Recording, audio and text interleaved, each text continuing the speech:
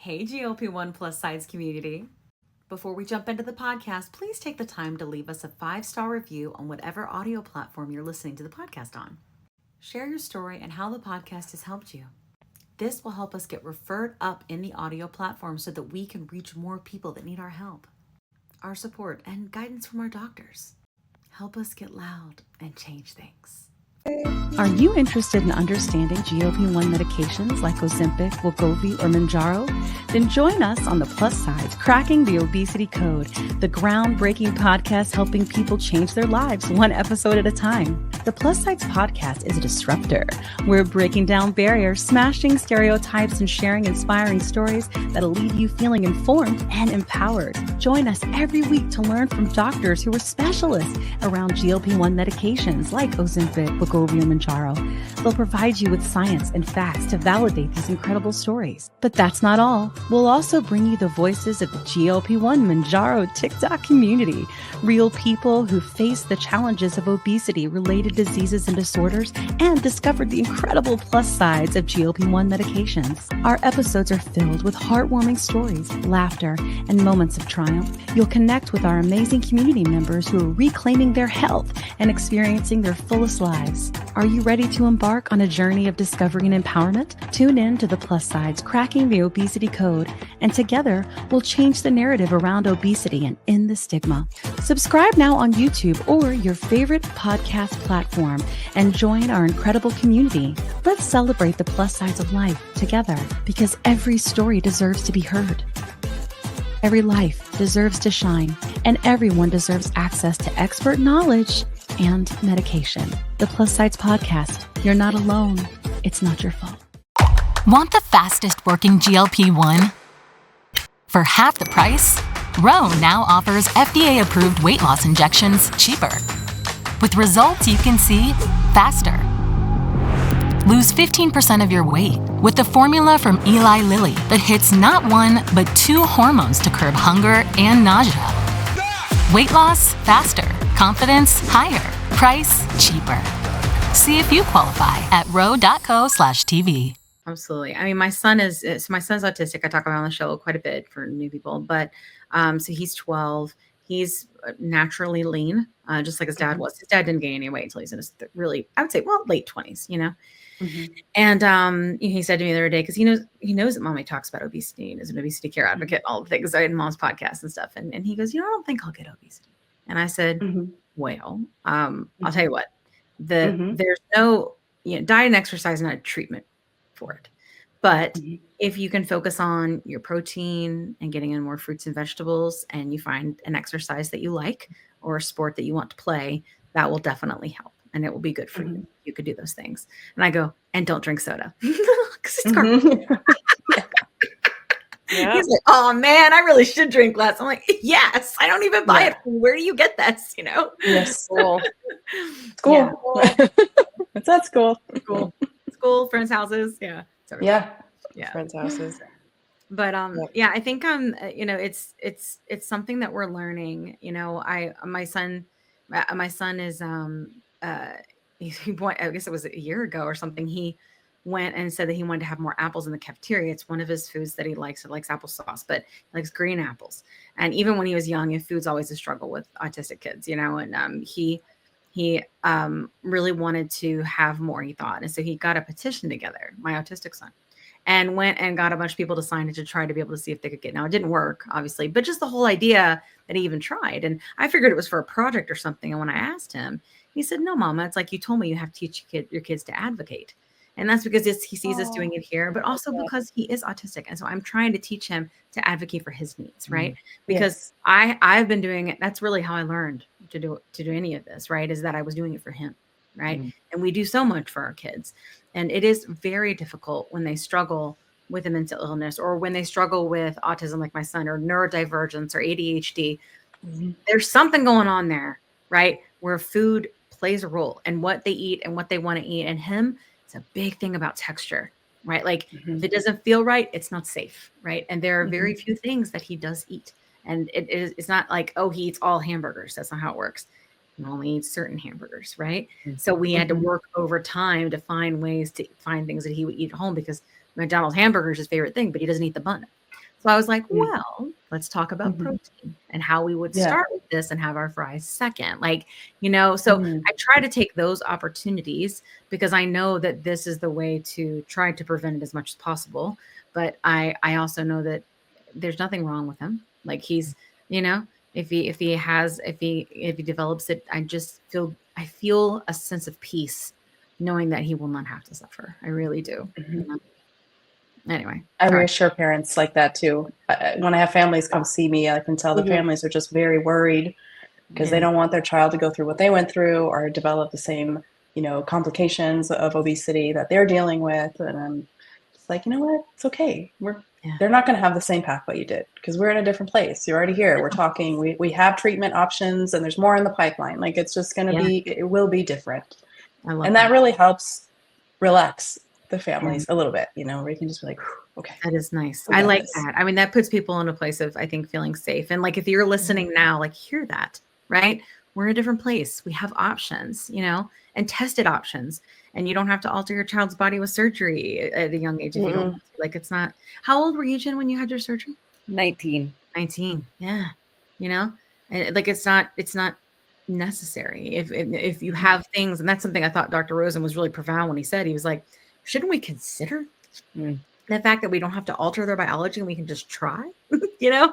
And I think that's good, Yeah, I think that's what I'll tell I think families. also, Like, I think try it. parents and family are like it's a different time versus I caught a video in the 70s of a weight loss support group. And man, did they just sit around and talk about how awful a person they were, or I can't eat I just can't have this. I can't eat at the same table with my family. It was it's so different than it was back then, where it definitely was all on you. You are morally just Yes.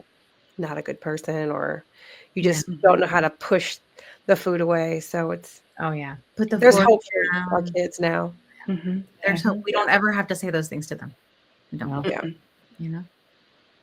Our cat, sorry. I know I got all passionate and ran over All you. good. Well, it's a Shocking. really quick one. Like, what does that's a good. Yeah, I get it. What encompasses metallics?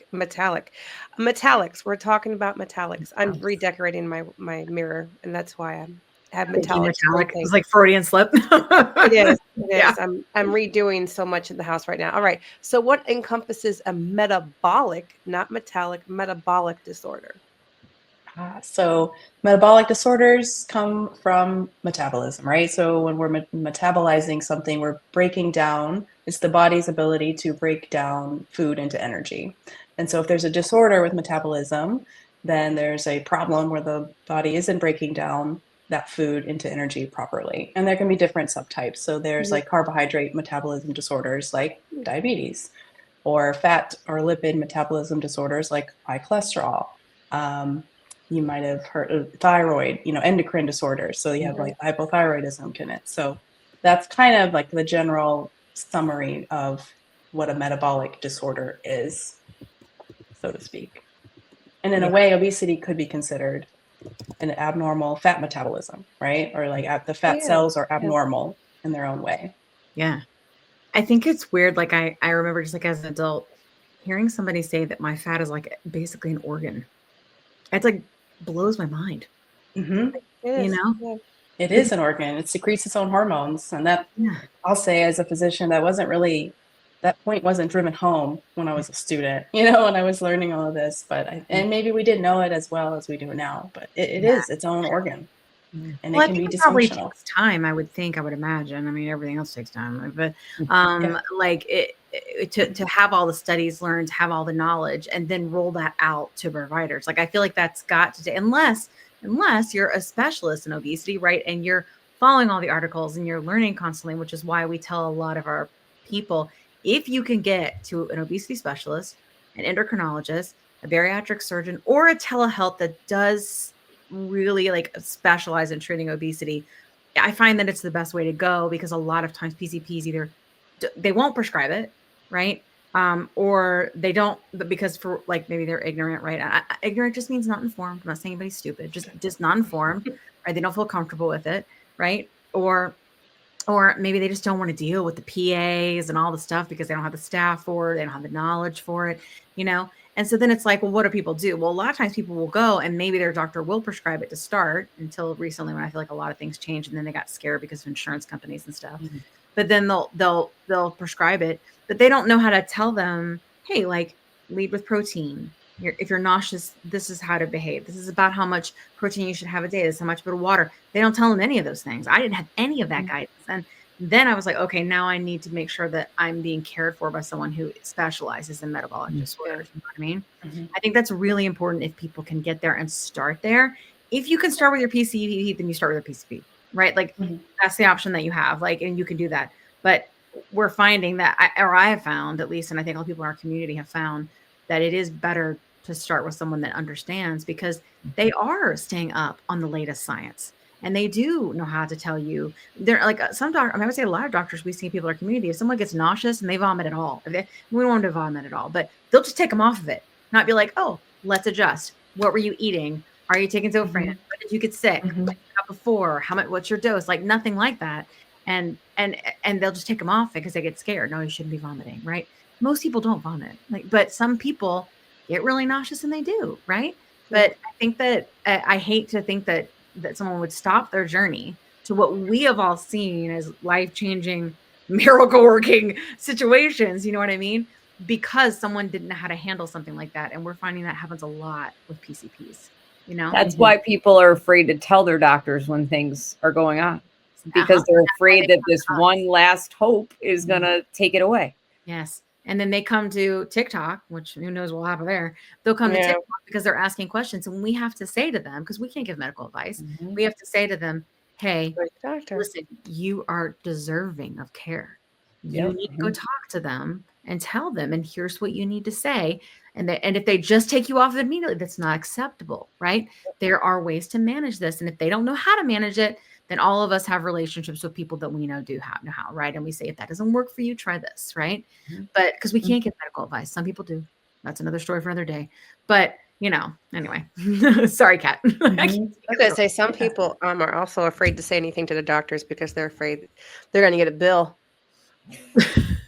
Yeah, for sure. You know, I'm doing just fine, because if I say anything, I got tests. Yeah. I did that a couple of years ago when I had like the crappiest insurance. And then they like send off your test work to like places that your insurance doesn't cover, and you get like this massive. I don't even know what it was. I think I asked to be tested for something, and it was just, I was like, I should not even open my mouth. It was, I got a bill that was just, I get it, ridiculous. Yeah, make sure if you ask to be tested, your insulin levels be tested, you know that they're sending it to the lab that takes your insurance. You know. Yes, indeed. Yes, indeed. But so I know that we touched on the influence of genetics and obesity, and approaching childhood obesity. So a lot of our listeners do have kids, and they're concerned how to approach their children, or how do they approach obesity, and how do you advise your patients to deal with approaching the obesity in their children? It's a very delicate subject, that's for sure. And so I always tell families, if you're not comfortable talking about it in front of your child and you want to bring it up with your doctor, it's okay to ask your doctor to speak separately with them privately, either before the appointment or at the appointment or after. So you can just have that open conversation and just kind of get all the concerns out there. Because how we present and how we talk about it matters to the children. And in my practice, I try very hard not to be too weight centered and more health centered and health habit centered versus like, this is your weight. Now, do we have to weigh, you know, medically in the medical chart? I have to have data, I have to track, you know, for PAs and all the things that I need to do. I do need some data, but I'll do blind weights. So we don't even have to talk about it, or I'll ask, do you want to know or do you not want to know, you know, so that I'm not just throwing it at them and then they have to deal with it.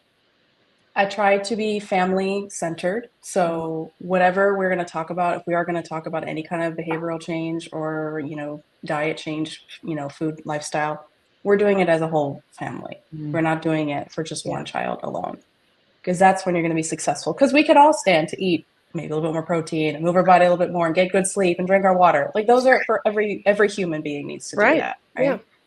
Yeah. So that's kind of how I like to approach it. Sometimes I have to talk to the parents separately if the parent's more body focused and oh, her belly's so big, or oh, and I'm just like, let's just not focus on that and let's look at the big picture. How are we feeling? How's our mood? How's our energy? And all of that kind of thing. It's delicate for sure. Yeah, absolutely. And I do think like there are probably people, I think I mean, we've had pediatric specialists before, but they've said like, sometimes a mom may come, not done the research and stuff that Jen has done. Right. And just go, I'm on GLP-1. I have obesity. I know that she has, put her on the meds. Right. Mm-hmm. And that's not always the, way to go. Right. I've been in that situation. Yeah. You have? How you navigated that? At first I was like, tell me your concerns, what are your reasonings behind it? Luckily, this was an older teenager. So I'm like, what's your thoughts on it? What's your opinion on it? And hearing it from them. And if they're consenting, if they're in agreement and they want to, then yes. And so in that particular situation, the teenager was also really desiring it and had metabolic things going on. So we said, let's try it. And she's doing very well with it, right? Mm-hmm. I've had some come in who are like, prescribe it, and their child doesn't meet criteria for needing it. They don't have true obesity, or they don't have any metabolic. And, I'm not trying to gatekeep things, but it's also like, this isn't just to make your kid smaller kind of thing. Like, that's not the goal here. And so I've had to navigate that situation, and I've made some people upset by saying, no, I'm not going to prescribe it. That's not the intent for the medication necessarily. Yeah. I mean, I think that's good though. Like, mom. But I think that's good though to sometimes, like, I think you're in a position to sort of educate the parent as well, right? To what equals okay and appropriate, I think that, people are always can always go get second opinions, so don't, like, if you listen to this and maybe you feel like your doctor's been a certain kind of way, you can go find another one. It's not easy, especially with pediatrics, right? But you can. I'd like to know, like, a little bit more about sort of the conversation around food in general with kids. So when we were growing up, like, for sure, like, we had like the food pyramid and all the stuff. But it was definitely, and has been the majority of my life, a calories in, calories out. Right. And, especially with Weight Watchers, the way that it was, like, and then I would say even when we were first doing it with Weight Watchers, because it's continued to evolve, which I'm thankful for that at least. But I remember, like, getting to the point where you had the idea of free foods, right? Well, if you have a binge eating disorder and you have food noise and you're going to eat your face off of shrimp and corn, right? Hello, and then be like, oh, I'm so great, I didn't eat any points today. Yeah, because all you did was eat shrimp and corn. Like, so it's sort of, I think, could get to the point where if you have disordered eating, it can make it worse. So I would love to know, like, one, maybe some ideas of like how you can broach conversations about nutrition with your kids. I think that would be really good for our parents that are listening. Yeah. So I really try not to be calorie focused at all. I don't prescribe a calorie diet. I don't do anything like that. If we ever do look at calories, it's more just kind of like in the general scheme of things. Like, this one mom was upset about this particular, like, pot pie or something the dad had brought home. She's like, there's 600 calories in it. I'm like, okay, like, well, what else is in it? It's got chicken, it's got veggies, if this was their, entree of their dinner or their lunch, like, I don't see a problem with it. But if the kid's snacking on it in between meal 3 times a day, like, okay, well, maybe we could be a little bit more mindful of, like, the type of snack, and just kind of framing it in that way versus saying, like, well, you exceeded your 2,000 calories, you can't have it, Today's episode is brought to you by the Row Body Program. If you've been following along on my GLP-1 journey, you know that managing weight and metabolic health is a huge part of what I advocate for. Row's approach combines GLP-1 medications and then personalized support, giving you a tailored solution to help you take control of your health. And it's more than just weight loss. It's about finding the balance and the support that you need for long-term sustainable change. If you're ready to take the step, you can go over to row.co/plus-sides with a Z and see how Row can support your journey. That's row.co/plus-sides. I'll link it here in the show notes. You're not alone. It's not your fault. I like to focus on, like, what the foods do in our body. So I like say, well, we want to think about protein because protein is what gives us muscles and gives us energy. We need carbohydrates to give us energy. We need fats to help insulate our bodies, and help our brains work, so just for the younger kids, especially, just kind of talk about it. Like, this helps my eyes, this helps my bones, helps my teeth, Yeah. that kind of thing. And just kind of looking at how, so that you mentioned the food pyramid. So we don't use the food pyramid anymore. Yep. We have called the My Plate now, if you guys don't know about it. Yes, Yeah. indeed. And so I use it as a framework, kind of just like, hey, we'd love it if our plate could look a little bit more like this, like you see how there's lots of fruits and veggies. We have our carbs, we have our meats here. What does your plate look like usually? And it's like, okay, if it's all mac and cheese, let's say it's all carbs and a little bit of protein, like, okay, what can I add in so that I can make it a little bit more like this? Instead of saying, well, I need to take away the mac and cheese, I'm just like, well, what can I add into this? Can I add more protein? What protein do you like to put in here? What veggie do you think you'd want to have with it? Just to kind of give them that idea of like how to create balance and to make room for everything that will help my body function well. Yeah. Instead of restricting and eliminating. Yeah. I like that. I like that there's that shift, because for sure, like when we're growing up in the 80s, it is all about less. Less. less. And what's interesting is the obesity rate continued to climb the entire time our culture was thriving. And now it's dying a beautiful death. A beautiful death. Yeah. Beautiful death. Oh my gosh. Yeah. Yeah. I was going to ask, let's see. When a parent is considering getting on wegovy for their teen, what are some of the things that they should ask themselves when considering it? Good question. What should the parent ask themselves when thinking about it for their teen? It's a good question. It is. First, I'd be curious to know like what their personal experience has been with it. So has it been a positive or negative experience, if they've had any experience whatsoever, and kind of what's their motivation for considering it for their teen? Is their teen bringing it to them, or are they bringing it to their teen, and why? Is it just because they look a certain way, or because of a weight on the scale, or is there something functional that's not working right? Like, is there signs of pre-diabetes or diabetes or high cholesterol or something going wrong with the body? So I think just kind of knowing the intent of it would be good. How much is the cost going to be? Like having a preparation for that. And are we prepared to be on this long term? Because I think another misconception right now is that you take it, you lose weight, and then you stop it and the weight stays away. It's like, well, maybe sometimes people can figure it out how to take care of their bodies in a way to maintain it. But if we go back to knowing that it's a disease, the disease is still there, right? Yeah. Just like if you have asthma, there might be times you need to be on daily asthma medications, and times maybe you don't need to. And maybe you can outgrow it over time, but some people don't outgrow it, and they might always need treatment for it. So just kind of keeping that perspective in mind as well. Yeah. So I think we're always wondering too, like about insurance, right? So if you feel like your teen, so we talk about adolescents. So right now it's approved for 12 and up, right? Regardless of studies, right? So if we're talking about that, and it's right now, wegovy is approved. Is Saxenda also approved? Mm-hmm. It is? And up. 12 and up. Okay. Yeah. So zepbound's not approved yet. Are they? I don't even know if they're testing it. Do you know? It's 18 and up. I think there are some studies being done, but as of right now, it's not approved for under 18. What's like the process to get approved for Saxenda or clinical trials? Wegovy? They have to have the extensive clinical trials to show the benefit and safety and efficacy. Yeah. Just in the younger age group.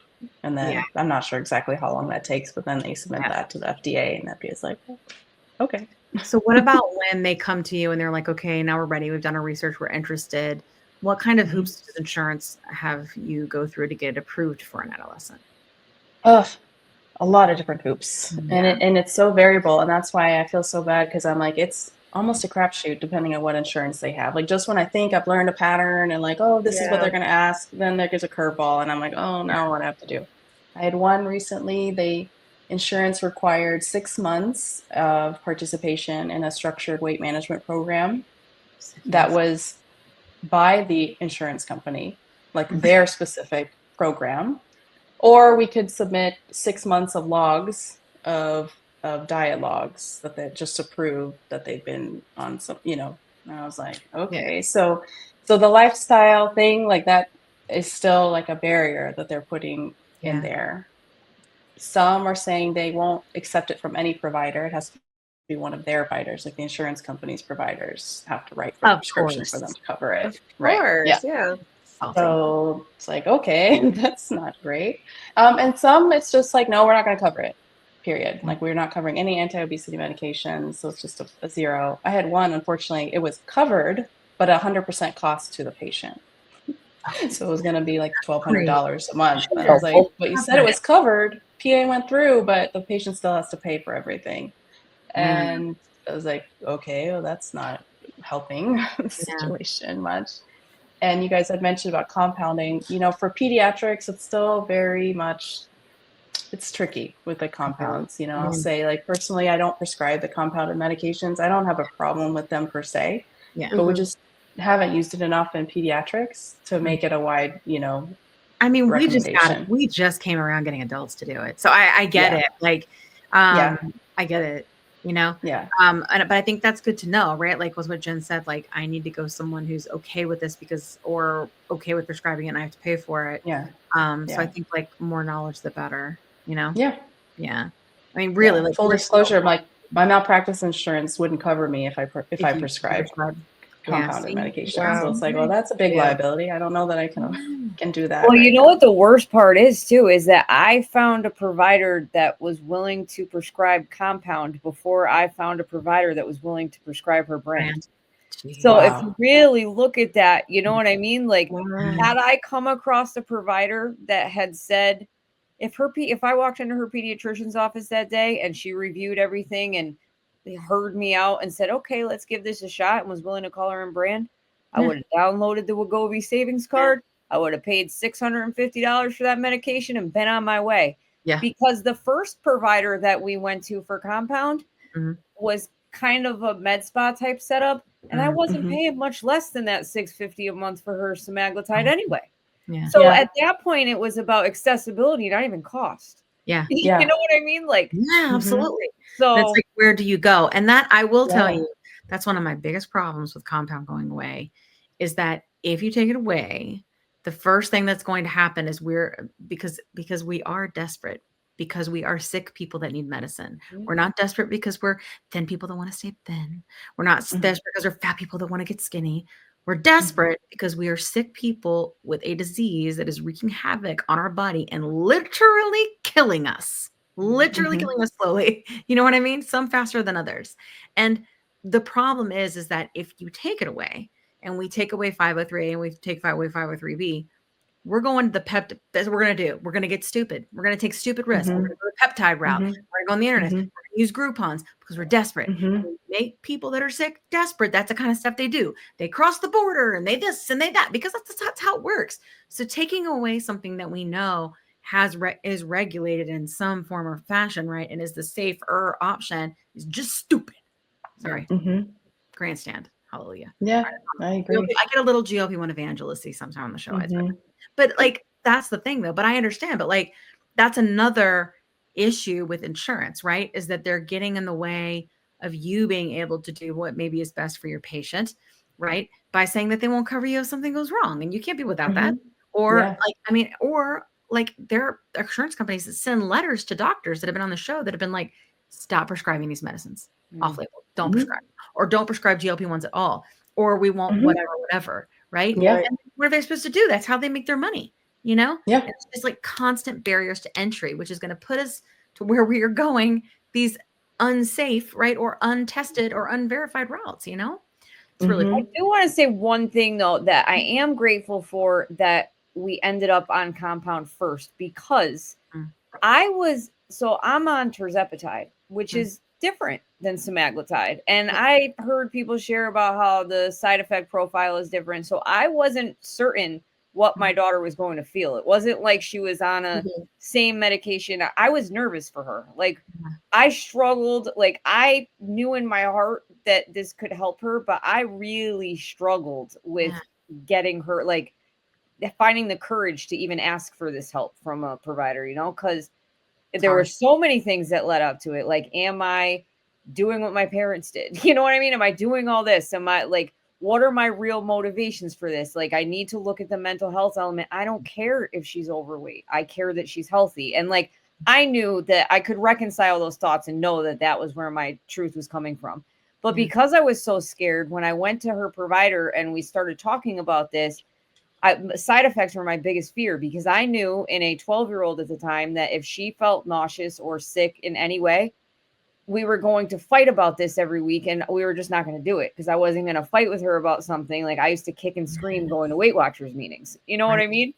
So she started at a microdose of, instead of the 0.25, she was started at the 0.125. So half of the starting dose, which is a benefit of compound, and walked right into it. Like, not one side effect, like, was so great. So I was grateful for compound in that regard, because that one, you know, that's not an option. Yeah, I mean, I get that, Jen. Like, I for sure can hear it now, because I was a teenage girl. Yeah. My mom put me on something, made me throw up every week. You know what I'm saying? Like, not my mom was giving me medicine because she's like, that's not what they'll hear. Exactly. They're teenagers, you know? Yes, that's a very interesting point. Very interesting point. Yeah. Sorry, Kat, go ahead. Got it. All right. So both Kim and I suffered from childhood obesity and developed binge eating disorders. For one of us, I know that our parents suffered as well. I was wondering, is BED, is there like a neuroses there that could be hereditary, or can it develop from trauma, or both? What are some of the perfect storms that create that? And also, does this take more than just the child, obviously, to fix, meaning involving the entire family in this healing process? Yeah, absolutely. To your first question about genetic predisposition, yes. For binge eating, there's about 40 to 50% genetic heritability. Yeah, it's a lot. And there's like twin studies to back this up as well. So there's a very big genetic component. And then, you know, but just because you have the genetics set up, does that mean you'll automatically develop it? Not necessarily. There have to be environmental factors as well, just like with any other disease that's out there. Definitely trauma can predispose someone to it, for sure. Like, if you have the genetic predisposition and you do go through some kind of trauma, it's going to be a high likelihood that you're going to have it. I mean, binge eating disorder is the most common eating disorder among patients with obesity, but it's often the most underdiagnosed eating disorder, because many people don't recognize it as an eating disorder. It's just not talked about. They won't share that information because there's a lot of shame associated with it, et cetera. So there's probably a lot more out there than we know. Indeed. And as treatment, definitely, I think everybody needs to be on board. And especially if we're dealing with an adolescent, you know, everything I do, when you're treating the adolescent, the whole family is involved in the treatment. And that can be even just in how we talk about things. How do we talk about food? Or, you know, and that might even be talking grandma, like, grandma, don't be saying things about her body, or don't be saying you shouldn't be eating that right now. You know, those kind of conversations need to be had with the entire family, because those can be little micro traumas that are just going to reinforce the binge eating. And so when we're having conversations about weight and body size and, you know, the old eat less, move more, you know, that over restriction can really exacerbate binge eating episodes, for sure. So I try to be very careful with that. Gotcha. Their team that was taking this, and he was like, we have to remind him to eat. So I think that's another thing too, is like, there's a piece of like mindful eating and all of these things that are important, like that lifestyle modification thing, that's very real, right? Like, it really is. I think it's just a matter of when it starts to click and work for a lot of people. Like, some people feel this like right away, right? While other people, you know, need to be midway through, we're at the highest doses of the medicine. You know what I mean? Before they're like, oh, and then they have, I would say, like, more control. Do you know what I'm saying? And they're not constantly plagued with like, I need to restrict. And I think all of us, for the most part, if we've ever struggled for a long time, like, we will go to that to start when we start the medicine, if there's no guidance as adults. So of course, like, if that's how people are, I mean, that's the thing too, is a lot of people can eat less and move more and lose weight. They don't have metabolic disorders. So if their kids have it, then I feel like there's a massive misunderstanding, right? And they're thinking that's the way to be, and that's how it has to work because that's what worked for them, right? So I think it's really interesting that you say that you've got to have like this conversation with the whole family. I think that's really smart. I love it. And then the kids learn from us. So if a parent is struggling with binge eating themselves, I highly encourage them to seek out treatment for themselves first. Absolutely. Before even talking to the child, or if they're worried about their child doing it too, right? Like, because they'll see us working on it and getting help and learning how to manage it, then that by itself is going to help the child just from them looking and, role modeling in front of them. True. Yeah, I love that. I'm curious about, and we can wrap up here. But I'm curious about what you think, because I'm not sure if there's any data about it or if it's just maybe your perception or what you think, but the whole idea of when children are presenting with obesity early, right? And we think that they could benefit from a GLP medication because they meet the criteria, right? Of whatever that is. Which we might should outline that too, what that is, so people know. So when they go to the doctor, they know for kids. I say kids, but I mean adolescents, 12 and up. But I think that is there, I don't even know if we know yet, but if say my kid's struggling now and I treat their obesity and insulin resistance now, is it possible they'll never develop into the kind of obesity that I have, right? Now, when I was, back in the day when I would go to the doctor and they would say that I was grossly morbidly obese, right? Like, I don't want my kid to ever, obviously there are levels, right?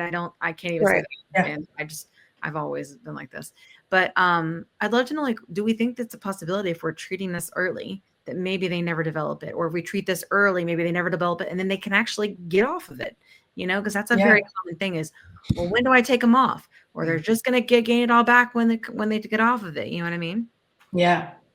This is the big question, right? And in pediatrics, we always think about prevention. Like, that's the underlying thing is we're always trying to look out and prevent problems, anticipatory guidance, and what can we do to help prevent something from being worse down the road. So, if we intervene earlier, could we slow down the evolution of obesity? Could we keep it from getting, maybe it's in the mild state and prevent it from becoming a severe state where you start having all of the organ damage that happens later on? Maybe.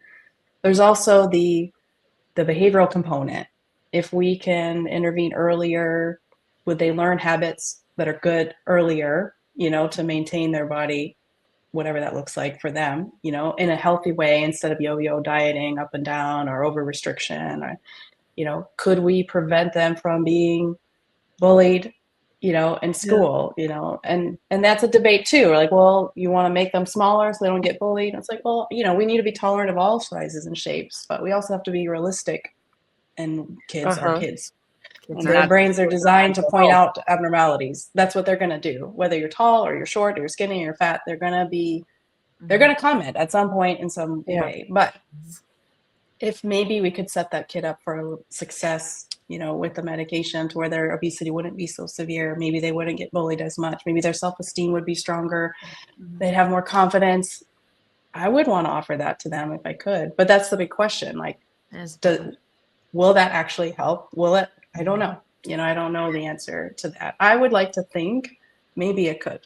Yeah. I definitely think that it could. If we could enact treatments now that would prevent later problems, why wouldn't I? I mean, I give vaccines to prevent illnesses, so why not give medications? Just like, any illness. Like, if you have diabetes, it's like, oh, well, you have diabetes. I'm not going to treat your diabetes until it's severe. No, we don't do that, right? Like, if you've got diabetes, we're going to do what we can to help you out.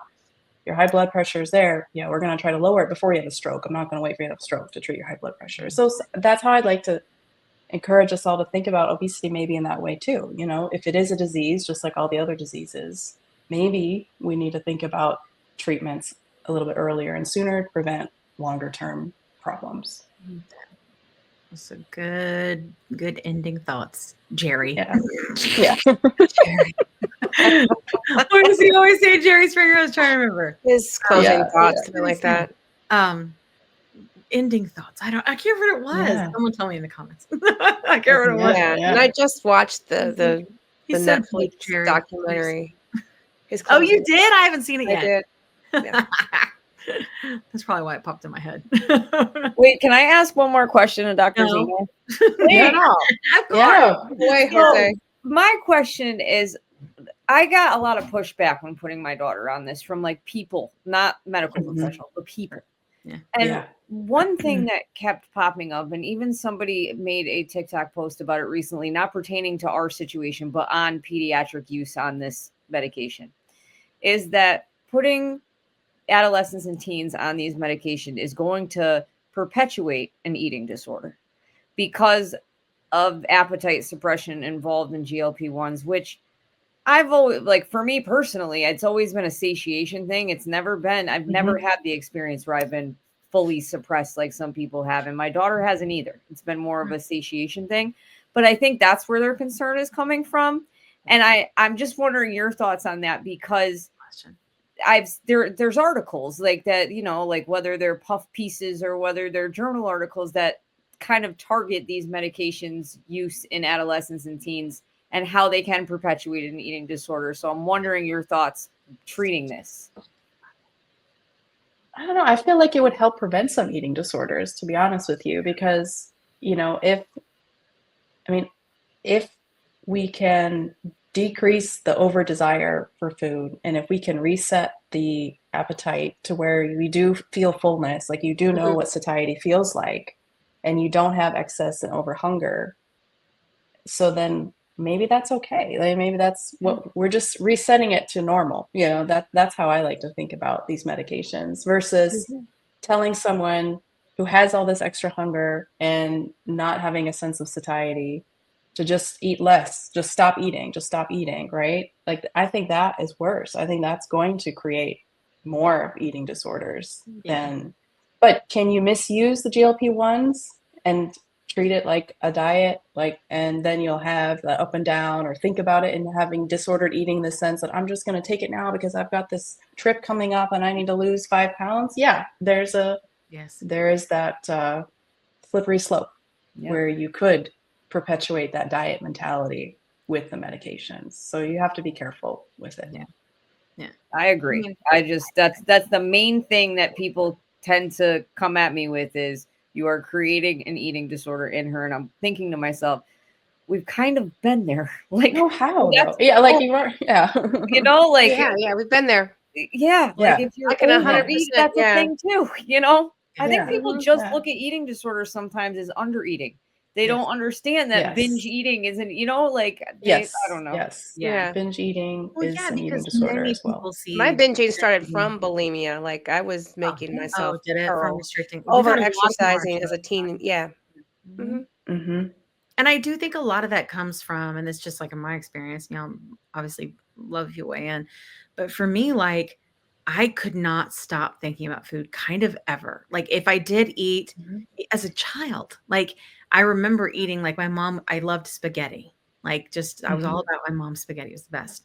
And she would make it and I would go back for seconds. And then I remember sitting there and just willing myself not to go back for thirds. Like, you don't need it. You don't need it. You're being gluttonous. Like, yeah. I have a patient share the same thing. She's 8 and she's like, every time I open, they had like a can of frosting. It was Christmas. They were making cookies. And she's like, every time I open the refrigerator, I want to stick my finger in the frosting every single time I see it, but I have to tell myself not to do it. And I was just like, that's not okay for her to be feeling like that. You know what I mean? And it's not her fault that she's having those thoughts. Yeah. And I never realized what food chatter was till I was an adult and started doing all of this work and having my own journey. And it's like, oh, not everybody's sitting there like having a conversation, but thinking like, oh, who's going to eat that last piece of that over there? I think I'm going to have it. Can I take it? Should I have it now or should I have it later? You know, as I'm cleaning up, packing up, they're not looking. Like, I mean, it's like when they're not looking, I'm just taking it. And listen, right now I'm thinking about the grapes downstairs in my refrigerator and the Baby Bell cheeses. I promise you, that's my little night snack tonight. Like I'm I ate a bunch of protein before we got here, so I'm okay. But you know, so that part they don't understand. I get it. We don't. No, and it is definitely a misconception that it's gluttony. I think, and that you're weak-willed, and that you're overindulging, and just all of these like very moral statements. And it's just not sorry, Dad, fucking true. It's just not. Yeah. So I find a Yeah. different word for you. I please got to stop figure it messing on out. Yeah.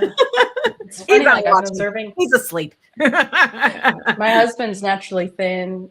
His Yeah. whole family's naturally thin. So like I'll watch him or I watch my niece like and how they eat. And then even my youngest daughter, she's like his metabolic type where she's just, and I'm just like, wow, they just when they're done, they're done. Like it doesn't matter what you offer, they're done. They're not gonna eat anymore. And I'm like, I don't know what that's like. Like I'm just like, I'll take whatever, Now it's crazy, isn't it? Like it's bizarre. Like be like, I'll be mid food, and I remember, I actually remember like being like eating my food and like having like the full plate, this is like as a child now, whatever, and feeling guilty that I committed to the food that was on my plate and therefore I needed to eat it. Like the things that our brain does to us to get us to ingest, because it doesn't, like Dr. Rosen said it perfect. Your body is designed to, when you have a metabolic disorder, to survive a famine. It does not know there's no famine. It doesn't know. And still.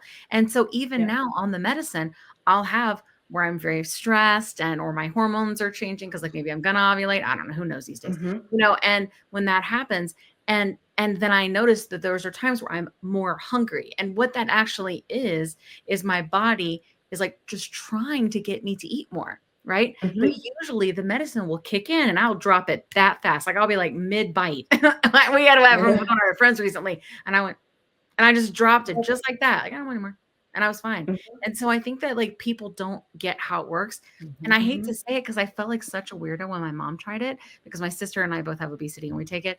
And when my mom got on it, and when we took it, I was like, I can't wait for her to have like the realization, because it comes from somewhere. There's a reason we're all on it. Our dad has diabetes. Like it's a whole thing, and because I wanted her to just to realize that thing that we have, like it's metabolic, like it's biological. Clinical. Metabolic is clinical. It's clinical. And then you get the cultural influences and like familial teachings, like you have to finish your plate. They're starving children. That was taught to me, right? Like, starving children out there, you have to eat everything on your plate, even it doesn't matter. And I'm like, okay, the plate's got to be empty. It's wasteful. I can't waste clean food. plate I had to work a lot on that. Oh man, I had to work a lot on that. The wasteful thing is hard. My mom grew up very poor, and so she's always taught us not to waste, right? And always to be very grateful for everything that we have. And for sure, I wouldn't say that contributed to this. This is just who I am, But in general, I do think I had that mentality where I was like, you don't want to waste it. You don't want to waste it. You need to eat it. And that just fed into the issue that I already had, And so it's not a bad thing to teach your kids not to be wasteful, But I did tell my son recently about the wasteful thing, because I know he sees me do it because I do it, I said to him, I would rather you waste it than for you to eat something that you don't actually want. Throw it away. It's okay. It's okay. Like almost giving him permission, Oh, and there is times where we'll go. I love it. Actually, it makes me happy when we'll go and I'll order him his burgers at McDonald's or whatever. Like when we're going out and running around about, we do the McDonald's thing, and he'll eat it. And he doesn't order all the ones I bought for him. He's like, I'm good. And I'm like, oh, I just love that you have that. Please don't lose it. I love it. I love that you didn't feel like you had to finish. And he's just like, I'm just done, And that I think that's interesting. I don't know if you've read that book by Johann Hari, The Magic Pill, but it's really good if you haven't read it. Okay. It poses a lot of questions. It poses a lot of good questions. Yeah. But he did say like, who stole our satiety? And I think that's a good question. I think it's a good, and he poses a lot of things like that, like who stole our attention span, like, TikTok, but like, but I think it's true. And it's things to consider, like about the foods and what they do. And so I'm hoping to have more experts to talk about what is the problem with the processed foods. Let's talk about it. Like we need to know. Like, we can't just blame. We can't just say it's only genetic. We can't just say it's only this. We know that, primarily that's what it is, but we know there are these other factors. How do we get ahead of that? Or how do we help our grandchildren or our children or our children's children, right? By making what changes we need to do now. And we need to have that full conversation, So got any ideas? Let me know. On the crowd. Awesome. Well, ladies, this has been a lovely conversation. I appreciate both of Yes. you coming, you for sharing and being so vulnerable about you and your daughter's experience, and you for your expertise, and also being vulnerable and sharing and letting us learn more. So I hope that this gives everybody a good start, right? To have whatever conversation you feel like you need to have. And maybe you just send this to a friend that you know is struggling because they see their child struggling, right? Maybe it's, you just send them a link, like whatever it may be, so that they have questions and things like that. I'm going to have links in the show note to all the things that we referenced so that you can do your own research. My goal with this podcast is for you to have everything you need to advocate for yourself, because no one is going to do it for you and no one's going to do it for your kid. So that's up to you, It's shitty that it rolls downhill that way, but that's the way that it is. So sorry, Dad. So I'm going to make sure that we have all that for you as a resource. And of course, we are over on YouTube. We have paid members. We have members on, we just started on Apple, and we have subscribers. So you get early content and you can engage with us and come to our lives and all the things to make sure that you subscribe and follow. But we love you. Thank you for supporting the show. And we will see you next week. Okay. Awesome. Want the fastest working GLP-1? For half the price, Ro now offers FDA-approved weight loss injections cheaper. With results you can see faster. Lose 15% of your weight with the formula from Eli Lilly that hits not one, but 2 hormones to curb hunger and nausea. Weight loss faster. Confidence higher. Price cheaper. See if you qualify at ro.co/TV. Are you interested in understanding GLP-1 medications like Ozempic, Wegovy, or Mounjaro? Then join us on The Plus Sides, Cracking the Obesity Code, the groundbreaking podcast helping people change their lives one episode at a time. The Plus Sides podcast is a disruptor. We're breaking down barriers, smashing stereotypes, and sharing inspiring stories that'll leave you feeling informed and empowered. Join us every week to learn from doctors who are specialists around GLP-1 medications like Ozempic, Wegovy, and Mounjaro. They'll provide you with science and facts to validate these incredible stories. But that's not all. We'll also bring you the voices of the GLP-1 Mounjaro TikTok community, real people who face the challenges of obesity-related diseases and disorders and discovered the incredible plus sides of GLP-1 medications. Our episodes are filled with heartwarming stories, laughter, and moments of triumph. You'll connect with our amazing community members who are reclaiming their health and experiencing their fullest lives. Are you ready to embark on a journey of discovery and empowerment? Tune in to The Plus Sides, Cracking the Obesity Code, and together we'll change the narrative around obesity and end the stigma. Subscribe now on YouTube or your favorite podcast platform and join our incredible community. Let's celebrate the plus sides of life together, because every story deserves to be heard. Every life deserves to shine, and everyone deserves access to expert knowledge and medication. The Plus Sides Podcast. You're not alone. It's not your fault.